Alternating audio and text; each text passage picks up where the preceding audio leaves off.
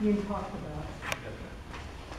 And while I'm sure we all appreciate that, you know, the concern that FWC has in trying to mitigate different issues, I think a lot of the general public's concern is why do we keep putting money into something that even the DEP for over 30 years has recommended to get rid of? They have recommended to restore the natural flow of the Ocklawaha River for over 30 years, and we keep putting money into, you know, fixing the dam, as you mentioned, getting rid of the you know, logs and everything that have fallen in, spraying and spraying and spraying over and over again. Of course, we have to have the drawdown because it's prohibitively expensive to keep spraying to kill the vegetation. That would be mediated to a very, very large degree if we restored the flow.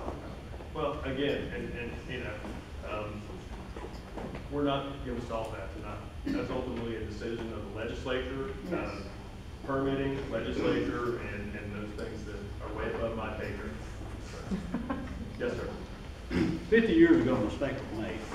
Now, everybody wants to tear down the dam. Why can't you just go to the reservoir and look at the ecosystem that it has made itself? It's made itself a beautiful ecosystem.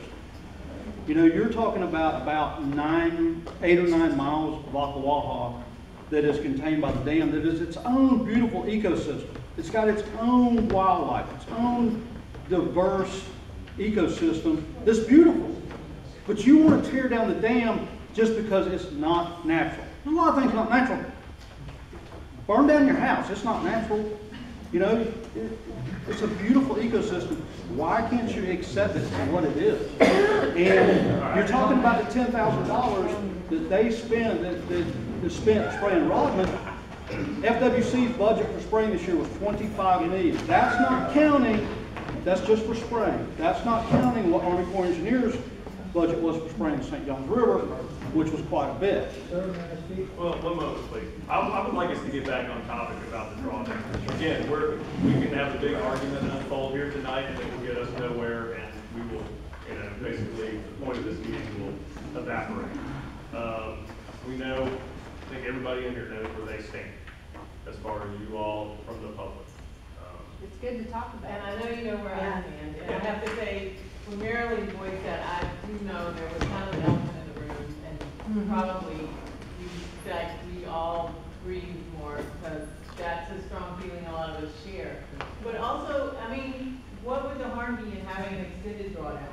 Then you could see I don't believe in the beautiful ecosystem. I've seen the difference between the flooded areas and the unflooded. I see how they act during, we all know how the world changes in those areas during the drawdown. So why not have it longer and to see those changes are? That might go some way to put people on the same page. Well, that's not what is proposed for this go-around. We brought that up a couple of drawdowns ago. I think there's certainly a mistrust of government on the part of the pro-reservoir faction, that if it stayed down for a period longer than the 3 months or so, the typical drawdowns would never be brought back up. So I think that's probably the biggest obstacle to that. Yes, ma'am. Okay, it's not a reservoir, is it? It's a pool. Rodman Pool. It's not a reservoir. Well, we can get into the semantics of that, Okay. but okay. But you're talking about that wonderful ecosystem out there that has been created by the dam. They destroy it every time they draw it down. It gets destroyed, and then it has to slowly come back. But a lot of fish, there's a lot of damage done with every drawdown. They have to do it so they can destroy all those plants.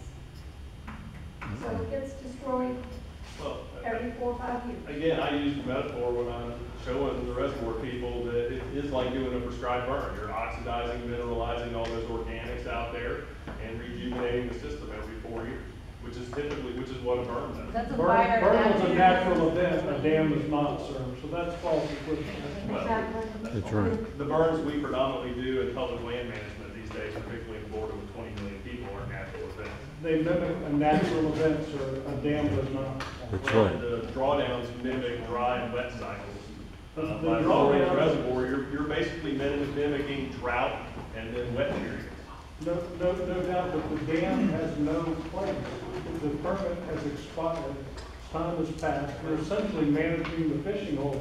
I know that's in court, I think between FDE and the US Forest Service at this point. Right, I don't It has expect been for you- a couple of years, so. Yeah, I don't expect you to take them tonight, it's just to equivocate and somebody say, well, it's like burning your house down, well, you know, let's drop by and give you some answers. I mean, that's not a natural structure, it's not a natural event.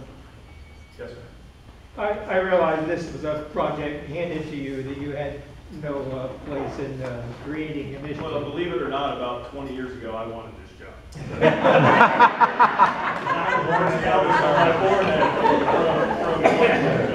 But 50 years ago, it didn't exist. Yeah. Right. Can you help us by describing the advantages and disadvantages of the drawdown? What you gain by drawing down and what some problems are with drawdowns? The biggest benefit is oxidizing the accumulated organic matter, sediments, because it's a reservoir. So it doesn't move downstream? It's a nutrient, no, so it doesn't keep building up and creating lower oxygen conditions. So you have that ability to draw it down, dewater 2/3 of it, oxidize those organics, and then you've got more basically sand, soil, fish can spawn more easily when they're fanning out their bed, so it's better fisheries habitat. You've got all those birds that come in, all different species. I mean, I've seen hundreds of wood storks out there feeding at dawn with the steam coming off of Orange Creek. I've seen, hundreds and hundreds of sandhill cranes in the flat by where the boat canal normally is at Rodman Campground, ducks, waterfowl, and every year, every drawdown is different depending on what the aquatic plant community is. And I saw early in my career firsthand, the reservoir had been kept at a stagnated level when the feds had it under a court order at 18 feet. And it was topped out in hydrilla. I had to take a group from Gainesville. I live in Gainesville and know a lot of FDE people, friends of friends, and I had to take some people out there to look around on a pontoon boat. And this is over 20 years ago. And was out there and having to clear the prop on the pontoon boat we were riding around in because the reservoir was full of hydrilla.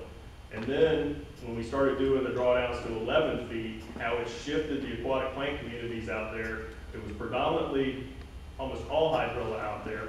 Now it's the dominant plants are naiad, which is a native plant, eelgrass, which is a native plant, what else? Coontail, a native plant.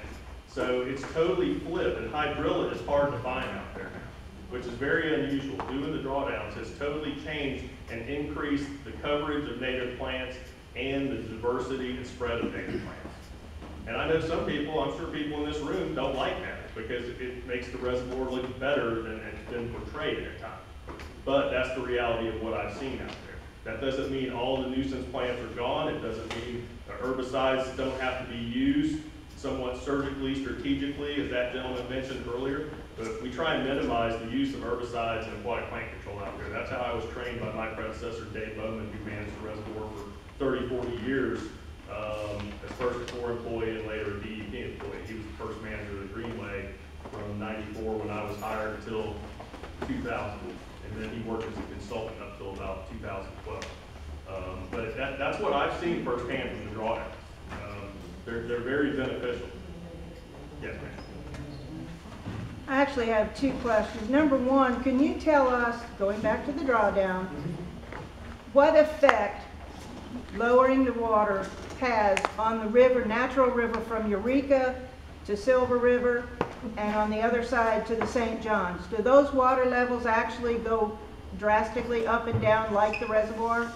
Well, that all depends on the inflows upstream. From Eureka back, the backwater effect of Rodman stops at Eureka, depending on what level we have Rodman at. So if we go, when we go down to 11, you're at natural river level. Whatever's coming from upstream in the different tributaries, Silver River, the different creeks that feed into there, all the way down past where Orange Creek comes in. So you're at that natural river level. And So until we raise Rodman up, then basically it's the natural river level of whatever the flows are. Like, So that is natural river from Eureka all the way up? Yes, ma'am. And the same thing down on the other side of the dam, that's natural. Yeah, but it's affected, of course, by, depending on what the spillway discharges are at the dam, that controls what the predominant flows down the lower part of the river between the dam and the St. John's is.